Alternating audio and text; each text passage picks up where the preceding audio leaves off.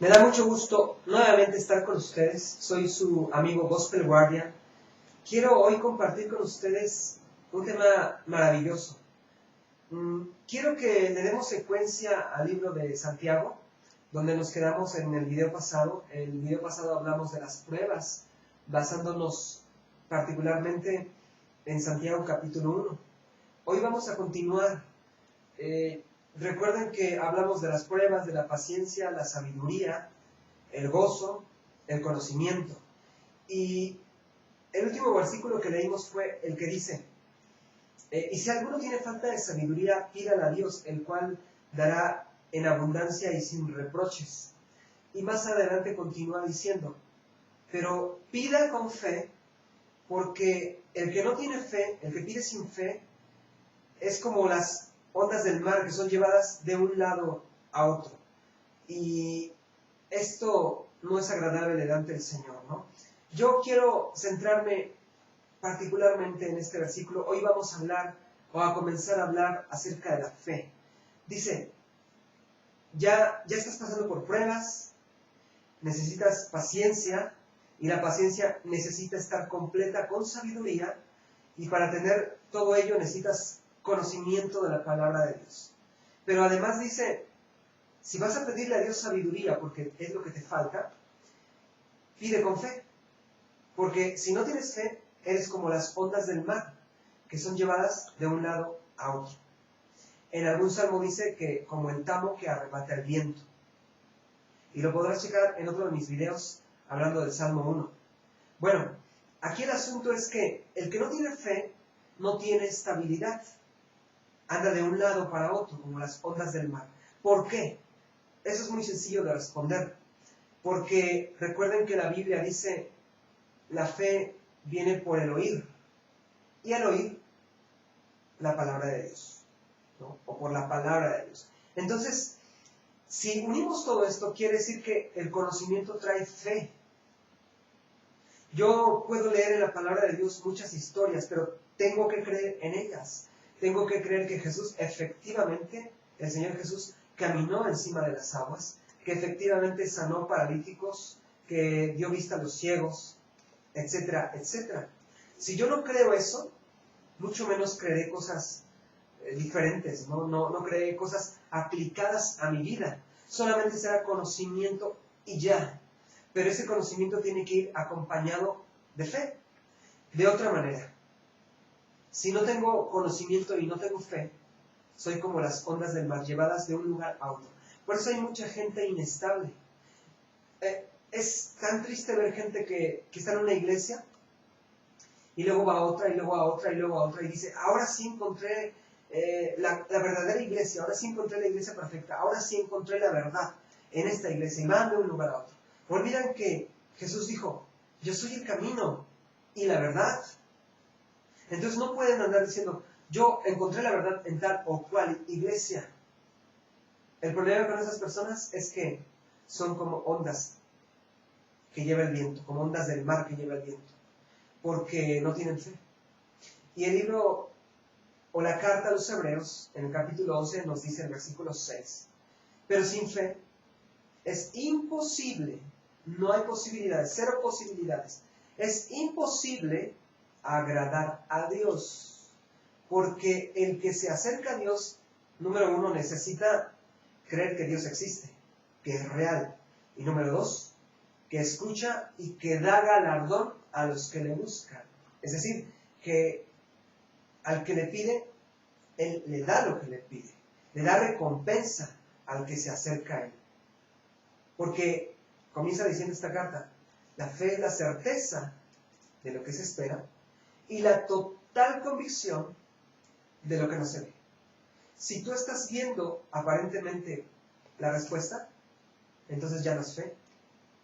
Pero si no la ves con tus ojos físicos, pero la crees, entonces es confianza, es fe.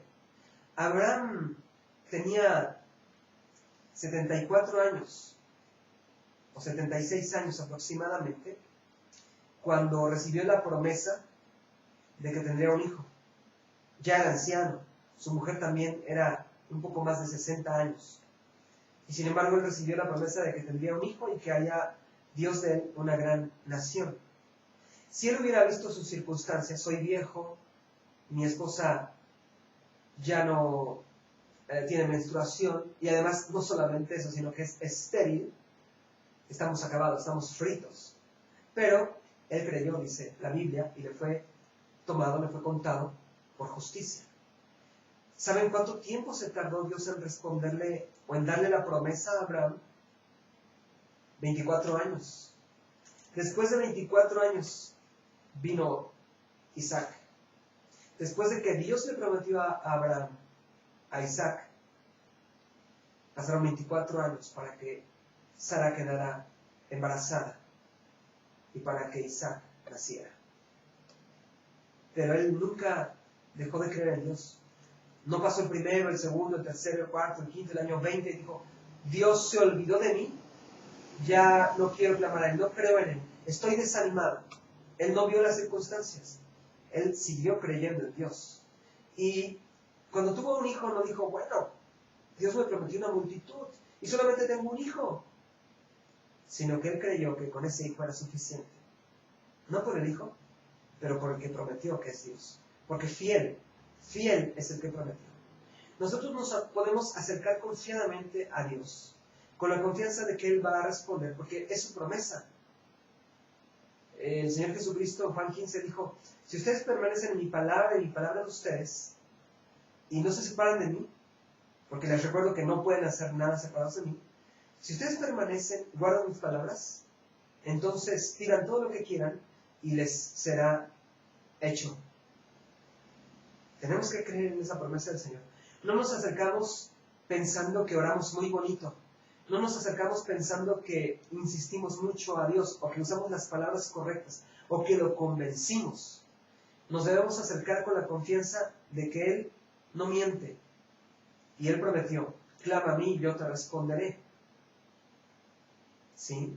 Debemos acercarnos con la confianza de que Él es fiel a sus promesas.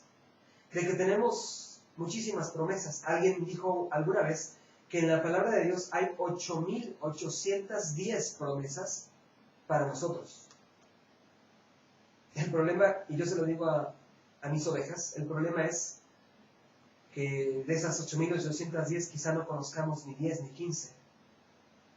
Y si no las conocemos, ¿cómo podemos abrigarnos bajo esas promesas? ¿Cómo podemos apelar a esas promesas? ¿Cómo podemos decirle al Señor, me cobijo bajo esta promesa tuya? Te pido que cumplas esta promesa.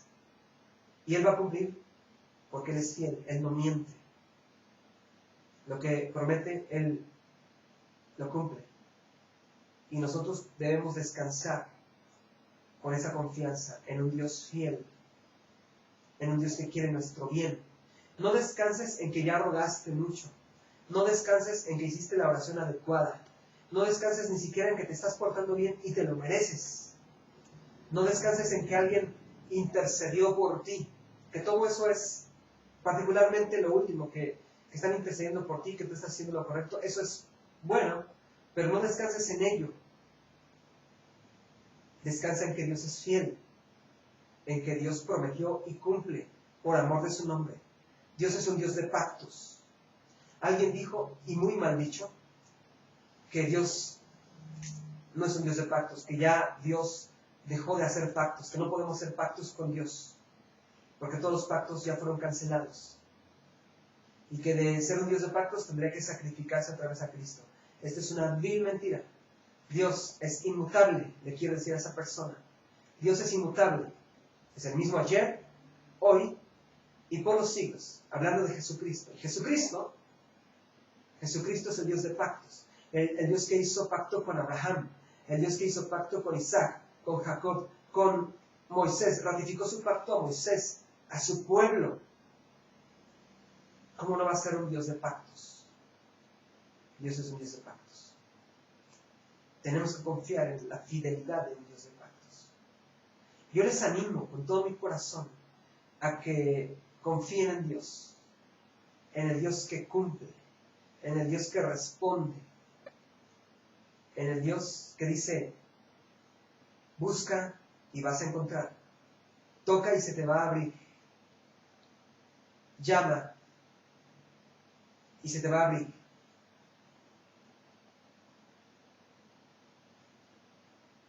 Pide y se te dará. Ese es nuestro Dios. Y si tú no has depositado tu confianza total en Jesucristo, el Rey de Reyes y Señor de Señores, es buen tiempo para que tú lo hagas. Deposita toda tu confianza en Él, no en tus justicias, no en tus buenas obras, sino en Jesucristo el justo, el único intercesor entre Dios y los hombres. Nos vemos la siguiente semana. Deseo que Dios les guarde y que Dios les bendiga mucho.